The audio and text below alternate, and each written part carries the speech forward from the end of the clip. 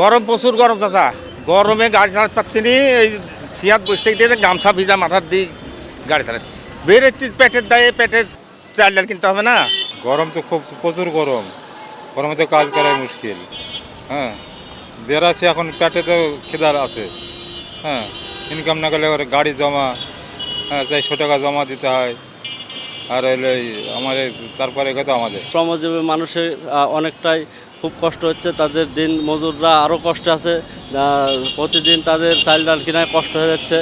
শহরেও আমরা যারা পথচারী ঘুরছি, আমাদেরও অত্যন্ত তাপে মাথা অনেকটা হট হয়ে যাচ্ছে, কোনো কাজই ঠিকমতো করতে পারছি না আমরা। Cinematic display, photography master, performance expert, NextG N9.